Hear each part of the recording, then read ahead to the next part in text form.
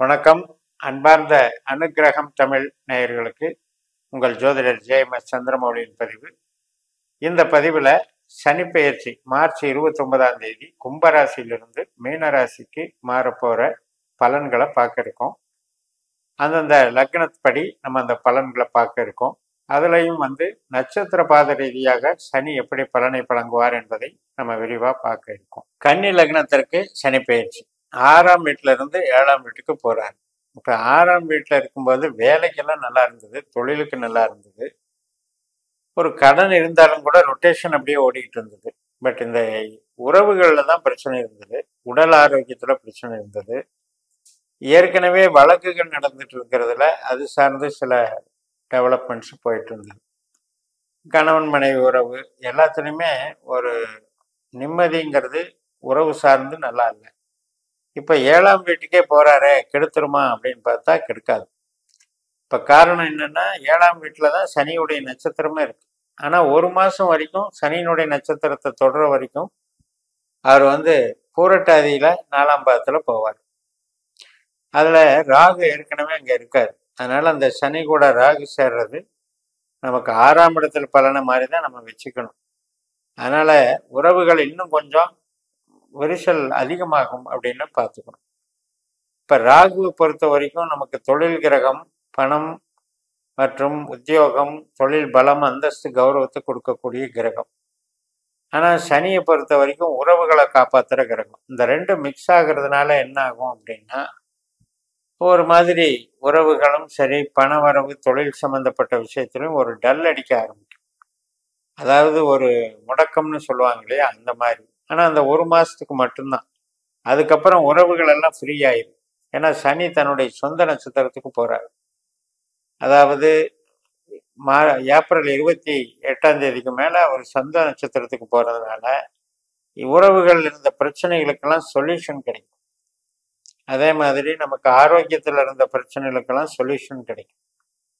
கடன் சம்மந்தப்பட்ட இதுவும் கொஞ்சம் கொஞ்சம் தீர ஆரம்பிக்கும். இப்படிப்பட்ட நல்ல அமைப்பு நடக்கும். அதே மாதிரி தான் ராகு ரிவர்ஸ் வர்றாரு.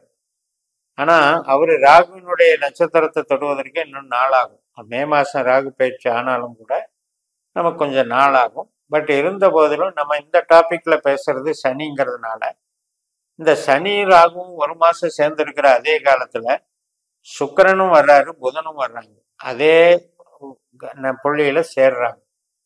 அப்போ சுக்கிரன் நமக்கு கொஞ்சம் நஷ்டம், கஷ்டம், வலி வேதனைகளை கொடுக்கக்கூடிய கிரகமாக அமையுது. இப்போ யாரெல்லாம் சந்திரனுடைய நட்சத்திரத்தில் லக்ன புள்ளி அமையுதோ அவங்களுக்கெல்லாம் சுக்கிரன் கெடுதலாக தான் இருக்கும். ஸோ அந்த மாதிரி நபர்களுக்கு அந்த சுக்கிரன் ரீதியாக நமக்கு ஒரு பாதிப்பு இருக்குது. அதனால் இப்போ இந்த நம்பிக்கையின் பேரில் செய்கிறது, பழக்க வழக்கத்தின் பேரில் செய்கிறது, ஒரு உறவுகள் ரீதியாக நம்ம புது உறவுகளை புதுப்பிச்சுக்கலான்னு சொல்லி போகிறது, இது சம்மந்தப்பட்ட விஷயத்துல எல்லாம் எச்சரிக்கையாக இருக்க வேண்டியது அவசியம். இது போக நமக்கு 10ஆம் வீட்டில் இருக்கிற செவ்வாய் கிரகமும் குருவனுடைய நட்சத்திரத்தில் இயங்குறாரு.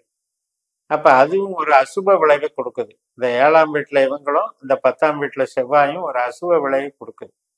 அதுவும் நமக்கு என்ன பண்ணும், ஒரு முடக்கத்தை கொடுக்கும், உறவுகளில் ஒரு விரிசலை கொடுக்கும். ஆனால் நம்ம இதெல்லாம் எப்போ நடக்கும் அப்படின்னா, நமக்கு திசையோ புத்தியோ அந்தரமோ சூட்சமோ நடக்குதான்னு பாருங்க.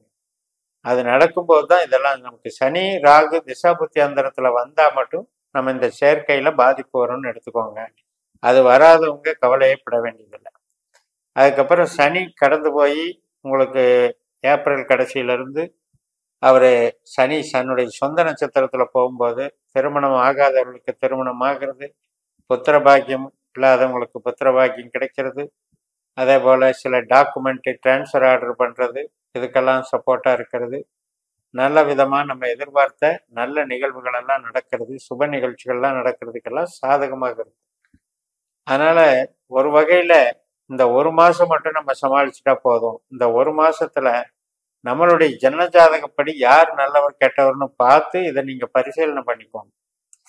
உங்களுக்கு இந்த கிரகங்களுடைய திசா புத்தியே நடக்கலை அப்படின்னா கவலைப்பட வேண்டியதில்லை. ஆனால் யாரோ இந்த 4 கிரகத்தில் யாருக்கு வேணாலும் ஒரு புத்தியோ அந்தரமோ நடக்கிறதுக்கு வாய்ப்பு இருக்கு. அந்த மாதிரி இருக்கிறதுனால இந்த ஒரு மாசத்துல ரொம்ப கேர் எடுத்துக்கிட்டு புது பழக்க வழக்கங்கள், புது முடிவுகள், அது சார்ந்த நன்மைகளை வந்து நீங்க எதிர்பார்க்காது. இப்ப நம்ம வந்து லக்ன புள்ளி, ஆரம்ப புள்ளி, உத்தர நட்சத்திரம் 2ஆம் பாதமா இருந்தா மட்டும்தான் எடுத்த உடனே சனி அங்க நமக்கு 7க்கு போகும். மற்றவங்களுக்கெல்லாம் 6ல இருக்கிற மாதிரி தான் அர்த்தம். அதனால 6ல இந்த கிரக சேர்க்கைகள் கடன் பிரச்சனையினால அவதிப்படுறவங்களுக்கு மேலும் சில வீக்க கொடுக்கக்கூடும். அதாவது மேலும் சில பாதிப்புகளை கொடுக்கக்கூடும். அதுல வந்து நீங்க உங்களுக்கு திசாபுத்தி நடக்கலைன்னா தப்பிச்சுக்குவீங்க, பெருசா பாதிக்காது. ஸோ இதையெல்லாம் அனுசரித்து நம்ம பார்க்கணும் அப்படிங்கிறது தான் இதில் உள்ள கருத்து. எப்பவுமே வந்து 2.5 வருஷ காலமும் ஒரு சனி ஒரு வீட்டில் ஒரே பலனை செய்யாது. அது 3 நட்சத்திரத்தின் வழியாக போகுது. இப்போ நம்ம வந்து குரு நட்சத்திரத்துக்கு போகிறது ஒரு மாதம், ஏப்ரல் 28 வரைக்கும் தான் அது நமக்கு நெகட்டிவாக இருக்குது. அதுக்கப்புறம் சனி நட்சத்திரத்தில் போகிறது ரொம்ப ரொம்ப பாசிட்டிவ்.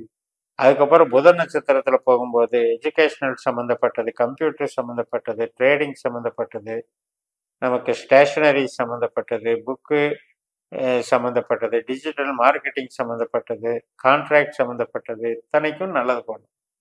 அப்போ இந்த சனி பயிற்சி நமக்கு மிக மிக சாதகமான பயிற்சி.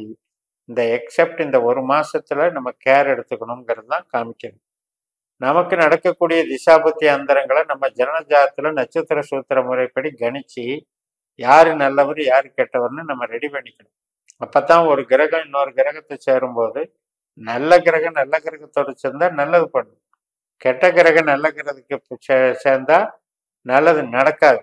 கெட்ட கிரகமுமே சேர்ந்து நமக்கு திசாபுத்தி நடந்ததுன்னா கெட்டதே அதிகமாக நடக்கும். இந்த அளவுல நமக்கு பகுத்து பார்த்து நட்சத்திர சூத்திர முறைகளை ஆராய்ந்து நம்ம ஜோதிடத்தை பயன்படுத்தினால் மட்டும்தான் நமக்கு வந்து நம்ம கேள்விக்கு சரியான பதில் கிடைக்கும். இப்ப நம்மளுக்கு ராகு வந்து பணம் தர்றவர், உழைப்பு தர்றவர், தொழில் பலத்தை பெருக்கிறவர் தான். ஆனா அந்த ராகு வந்து சனியோட சேர்ந்திருக்கிறதுனால நம்ம முயற்சி பண்றோம், நல்லா தான் இருக்குது, ஆனா ரிசல்ட் கிடைக்கல, தாமதமாகுது. நல்லா ஈஸியா கிடைக்கிற மாதிரி இருந்தது, கை நுழைவு போயிடுச்சு, எப்பதான் மறுபடியும் நம்ம ஜெயிக்கிறது? இப்படியெல்லாம் நிறைய பேர்த்துக்கு கேள்விகள் உண்டு. அந்த கேள்விகளுக்கெல்லாம் இந்த மாதம் கடந்து போகணும். இந்த சனியும் ராகுவும், சனி வந்து கடந்து மேலே போயிடுவார், ராகு வந்து கும்பத்துக்கு வருவார்.